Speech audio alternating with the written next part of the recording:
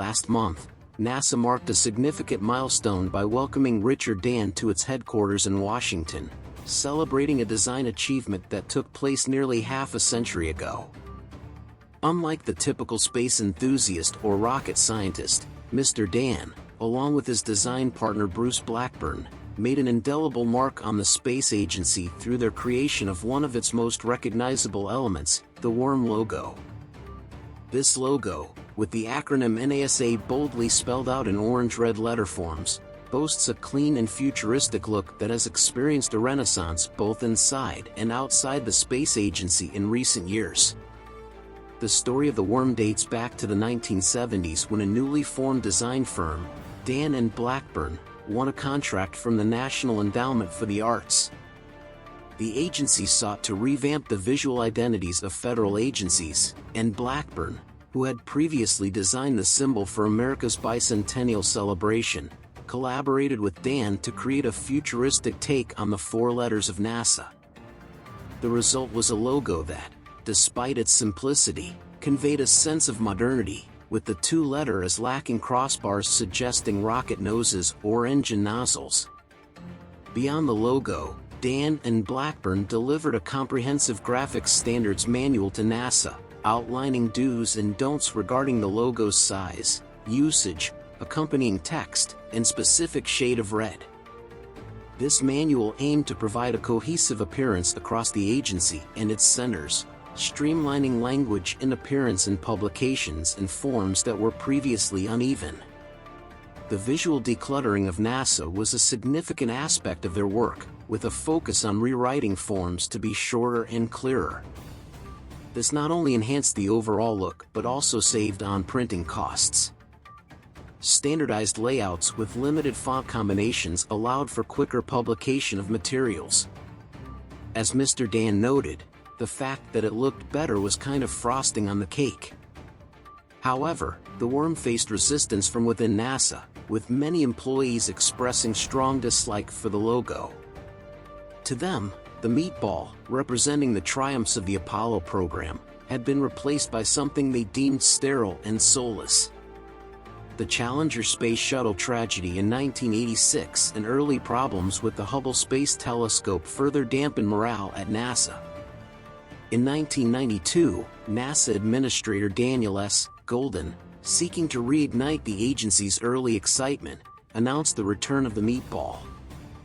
This move was met with applause and a declaration by Golden that the despised worm would slowly die and never be seen again. However, the worm never completely disappeared. Design enthusiasts, like Michael Byert from the design firm Pentagram, lamented its loss, asserting that the worm was a great-looking word mark. In 2015, designers Hamish Smith and Jesse Reed successfully crowdfunded a reprint of the graphic standards manual created by Dan and Blackburn for NASA 40 years earlier. This effort highlighted the enduring interest in and appreciation for the worm. Subsequently, in 2017, Coach approached NASA for a collaboration, hoping to feature the worm on a collection of jackets, sneakers, and bags. This marked the official permitting and resurgence of the worm on merchandise. In 2020, NASA sent the worm back into space aboard the SpaceX Falcon 9, marking its return to the cosmic stage.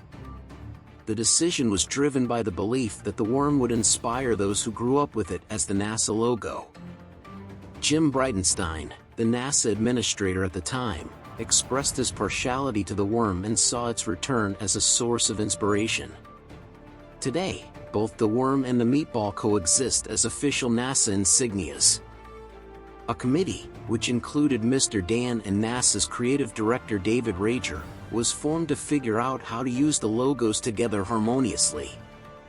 The meatball remains the official insignia, conveying a sense of authority and connection to NASA's legacy.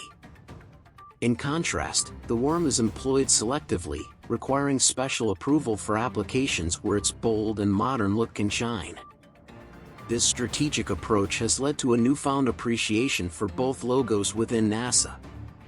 The divisive split between meatball and worm enthusiasts has diminished, with people now recognizing and appreciating the unique qualities of each design. The meatball represents tradition and legacy, while the worm exudes modernity and a sleek aesthetic. Both logos contribute to a balanced visual representation of NASA's rich history and its ongoing pursuit of exploration and discovery. As David Rager notes, since we reintroduced the worm, I have not heard that division, meatball versus worm, as much. In fact, now that division isn't a thing as much, people are appreciating both. The coexistence of the worm and the meatball may not be considered ideal by some, but it has proven to be a satisfactory compromise that honors NASA's past while embracing its future. Mr. Dan, despite his initial reservations about the meatball, is content with this coexistence, stating, "They're so different. We found a way to make it work." Is it ideal? Probably not. But it's pretty close to being good. And it satisfied everybody, so I can't argue with that.